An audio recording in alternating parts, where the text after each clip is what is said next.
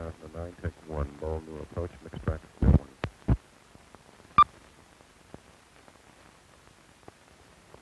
In 1963, the Congress made possible federal support for the construction of community mental health centers. Last year, the Congress passed and President Johnson signed into law a bill which will make possible federal support for part of the costs of the initial staffing of these new community mental health services.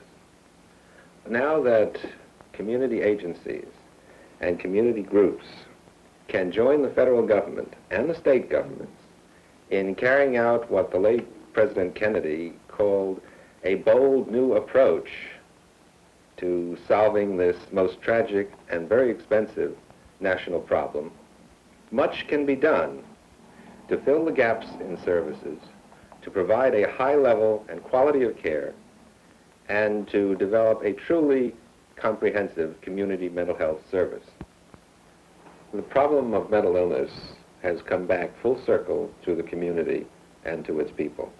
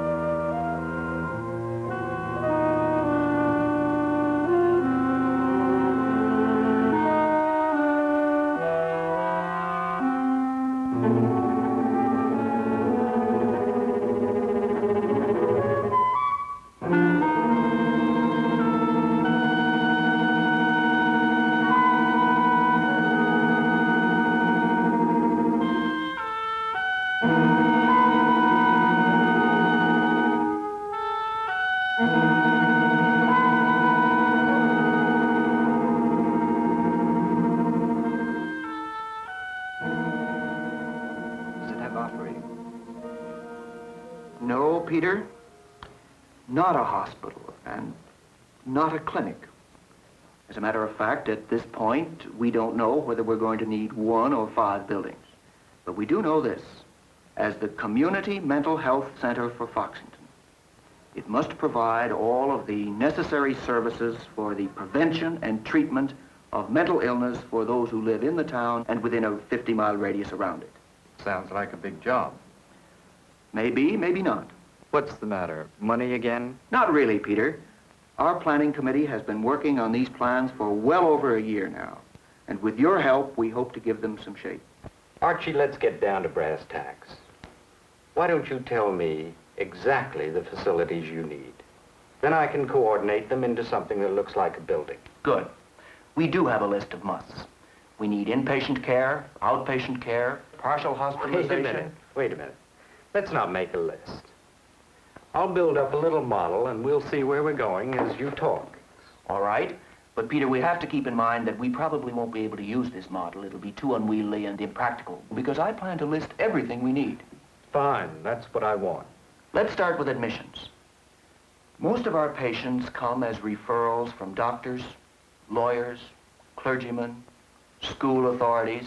Then we need a reception area. Right. And we have to keep in mind that when people come looking for psychiatric help, they are usually upset. The very look of the rooms they first come into, the way people talk to them can affect their attitude for treatment. Many of the cases first come to us by direct calls for help. That means a telephone service is needed 24 hours a day. Sometimes advice can be given then and there on the telephone. But backing this telephone service, there must be an emergency unit ready to go out into the community immediately in cases of potential suicide or in cases of violence. Experienced personnel and medical staff must be available day and night. A reception area first, with mostly offices. And let's put the emergency center here. All right, but let's go on. Nowadays, we believe that a great majority of our patients do not require 24-hour care. But for those who do, they need bedrooms, day rooms, a place where they can eat, offices for psychotherapy. In other words, another building? Right. And then there are the outpatients. Now, these people come to see the doctor for consultation or for therapy sessions. But now let's move on to partial hospitalization. And first, the day hospital. And there should be rooms for different occupational activities that require specialized equipment. Woodworking, ceramics, textile work possibly. The day hospital should have some recreational space. We should either have a playing field or a sizable roof area where the patients can get out of doors regularly. That brings us to the other aspect of partial hospitalization, the night hospital. Some of our patients are well enough to work during the daytime, but they still need a hospital environment, often because of unsatisfactory conditions in the home. These patients come to the hospital at the end of the day. Again, we have to have a room where they can spend their time when they are not actually in therapy of some sort. It should be especially warm and homey, for in a sense, these people are living here at the hospital. Part of every evening is spent in group therapy. The content of the sessions might arise from their actual experiences during the day. This is good, rich material for discussion. The patients are getting help without retiring from life or escaping from their day-to-day problems.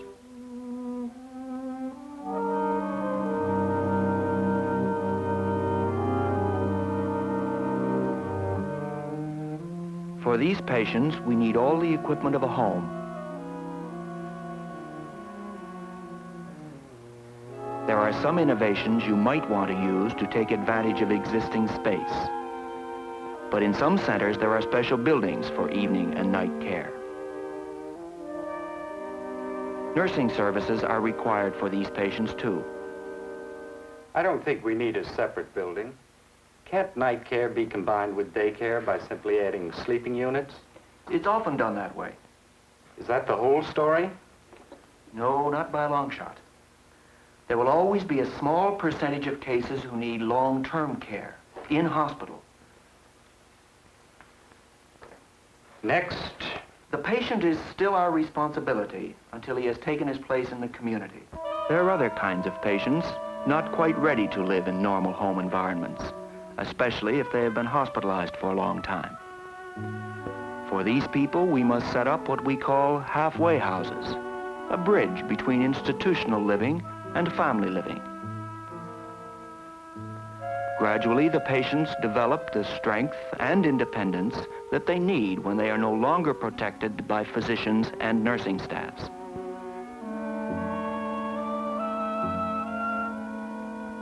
In a society like ours, we don't feel rehabilitation is complete until the patient can return to a productive way of life.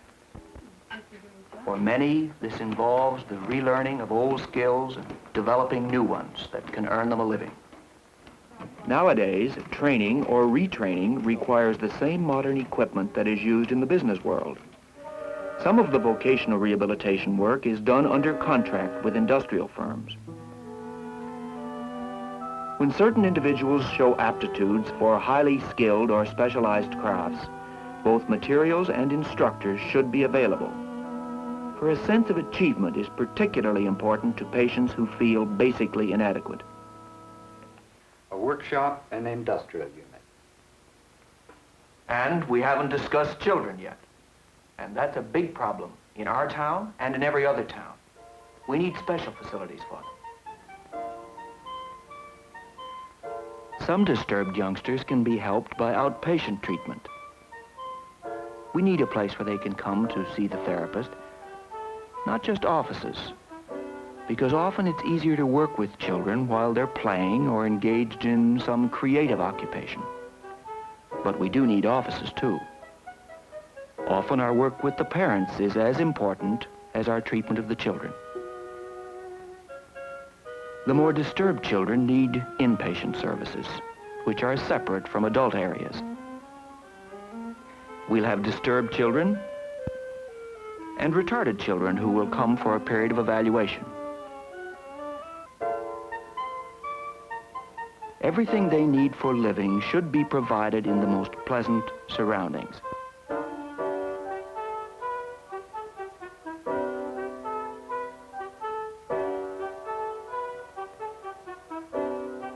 With children, the accent is on schooling rather than occupational therapy. So we must have classroom facilities within the setting.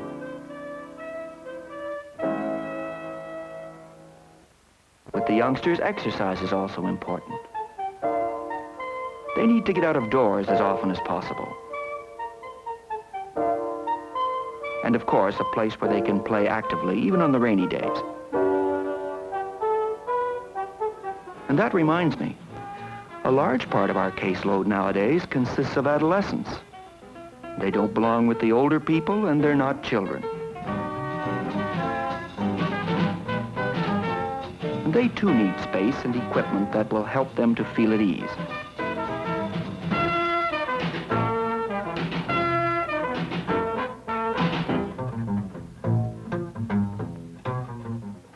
Children's inpatient and outpatient unit. Now we've covered everyone. Not quite, Peter. There are disturbed older people whom we can help if we have the proper facilities. And we really should have 2 units for addicts and alcoholics.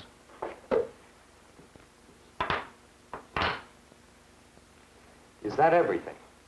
I guess so. We can use that office space in the reception building for the team members who provide the consultation and education services. You see, the center will be called on by many groups who have difficulties in dealing with human problems in their own fields.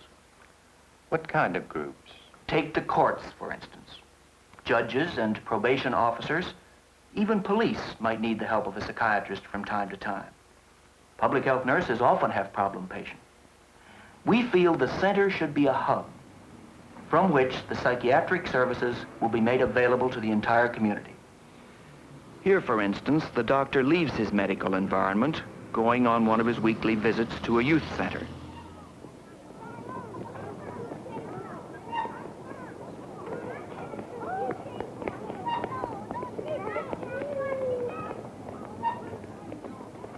He has come to consult with the social worker who calls him in for help with the occasional problem child. He actually has an opportunity to see the youngster in a group, a chance to evaluate his behavior, and to get the reaction of the group worker at first hand. The child will be getting help from the doctor even though he has never seen him. Psychiatric research is another activity of the center. There is one important scientific piece of work going on right now in one of these mental health centers. As you know, psychiatry has long been interested in knowing more about dreams and their significance. And nowadays, old theories can be reinforced and enlarged upon by the techniques of scientific investigation. Something like that requires special laboratories. Yes, but that's a pretty special sort of project. However, all community mental health centers will be studying the work they're doing, revising and improving their programs. Evaluation, we call it. They will go into the neighborhoods of the city, get into the slums, visit the housing projects, first of all, to make sure that they are not missing hidden groups of potential patients. They will also want to know as much as they can about the physical and social environments in which their patients live. Often it is very different from their own. You know, in some of our big cities with slum areas, large segments of the population live in ignorance of what modern medical science has to offer them. Psychiatry must reach out to these people. By working closely with poverty programs and welfare agencies, it is easier to make contact with the deprived groups. I just wanted to give you the idea of how important it is that the center be related to the community. That we set it in a place where it can be easily reached by all classes of people, convenient to the residential neighborhoods, not too far from where the people work, and where transportation is readily available. I understand that. But how are we going to fit all of this in the center of town? Well, that's why I said at the beginning that the model might be impractical. We've been building it without regard to what already exists in Foxington. For 2 years now, the committee has been surveying the town, finding what we have in the way of facilities, and what can be coordinated with the new center. Take inpatient care, for instance. Our community hospital is anxious to add a psychiatric wing. As a matter of fact, we wondered about that space on the left. Some of us think it would be ideal for the center itself. We could move the little White House across the street and use it as a halfway house. What else don't we have to build?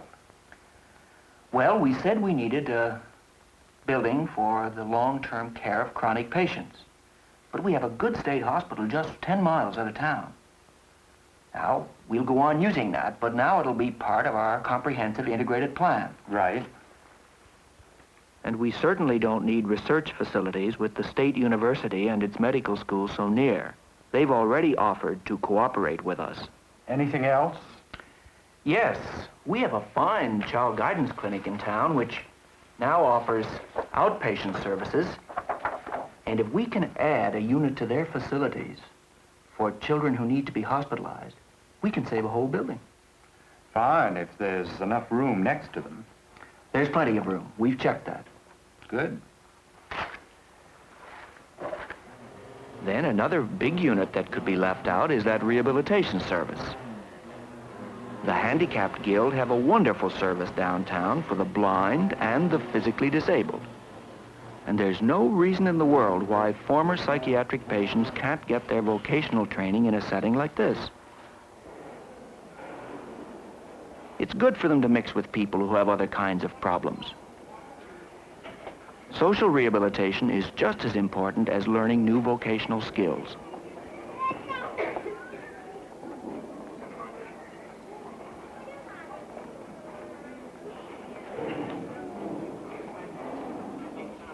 That takes care of these workshops.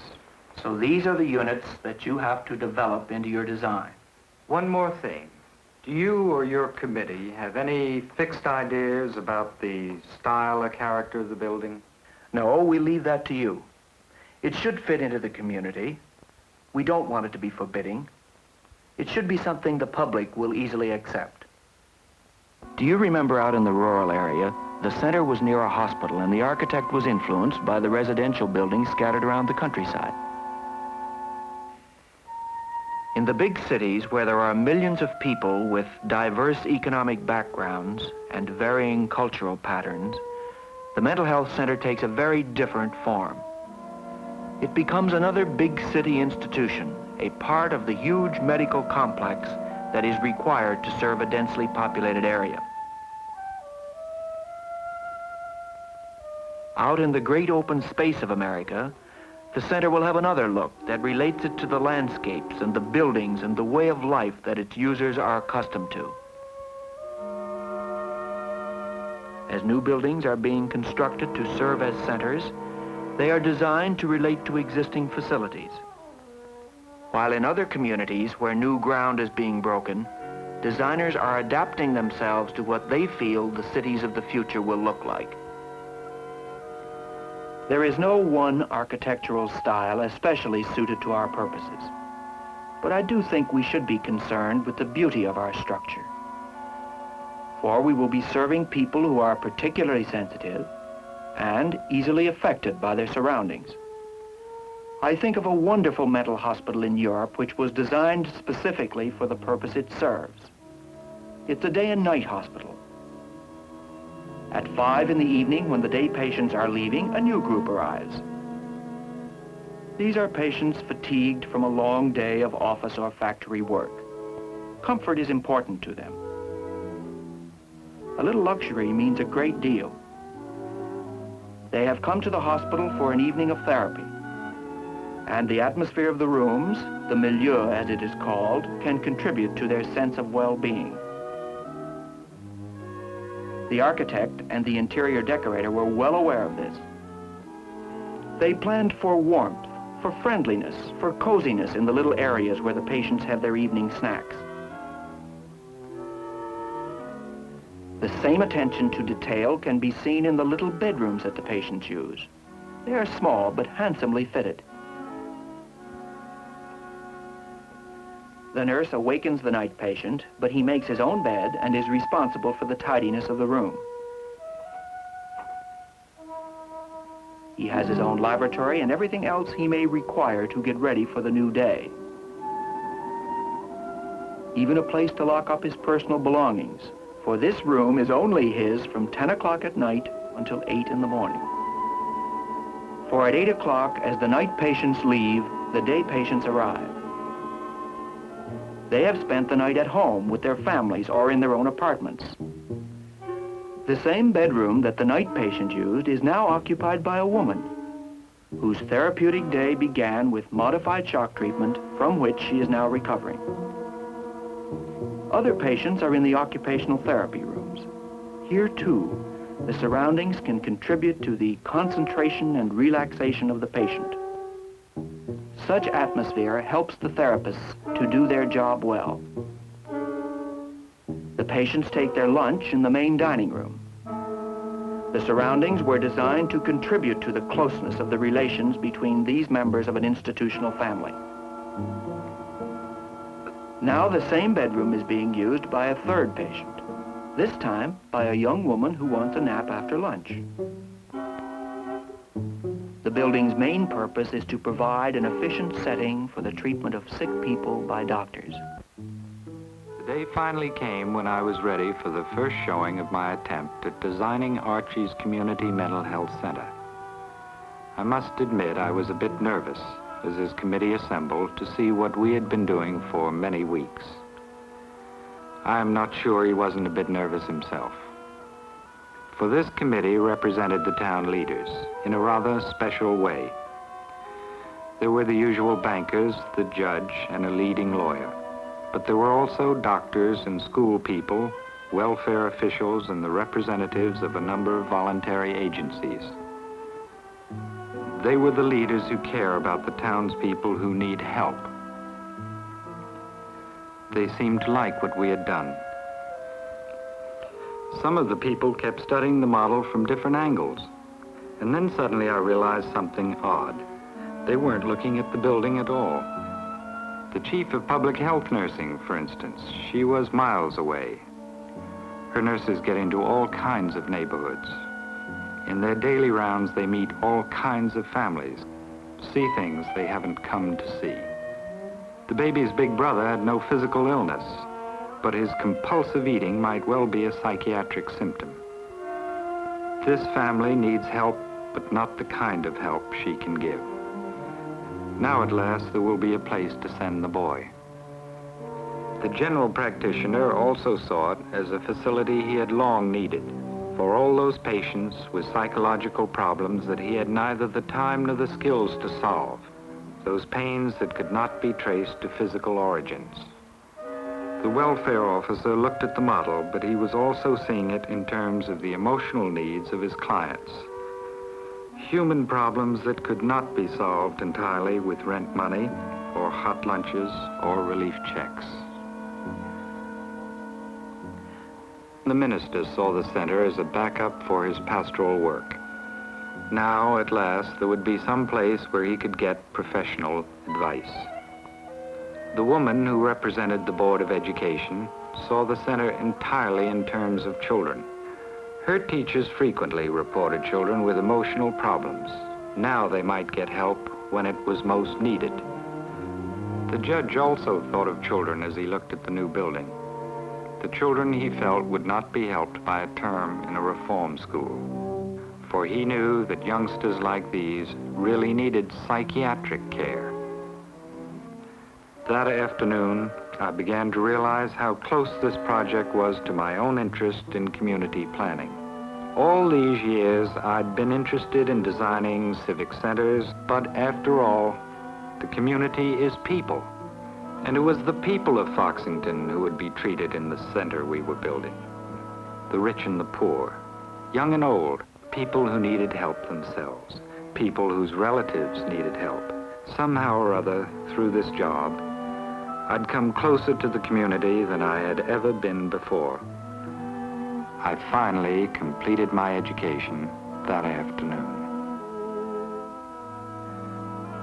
A psychiatric base for Foxington, from which we can develop preventive and treatment programs that can spread through the town to reach all those people who sense they need help but don't know where to turn for it. As I looked at the building, I saw the whole gamut of mental illness that we could attempt to deal with. Those sensitive adolescents who could not handle their problems of growing up. Those harassed by economic problems, whose mental health is threatened by fears of unemployment, eviction, and the hunger of their families. We would be able to help children whose need for love and security is driving them to acts of hostility and violence. We would have a place to treat the alcoholics who want to be cured of their self-destructive habits. The center would be better than a jail for trying to keep drug addiction from making inroads into our community. I was aware of those whose fears and worries make life no longer worth living. Now we would have a suicide prevention unit. I thought of the patient who had returned from the mental hospital, still not sure of himself and still in need of support. I knew of people whose erratic behaviors suggested deep-seated problems of which they were not aware. I thought of many middle-aged people whose sense of failure in life need not lead to an old age of misery and despair. And there are the old people who require specialized help. Now we could do something for the most seriously disturbed patients, right here in our own community.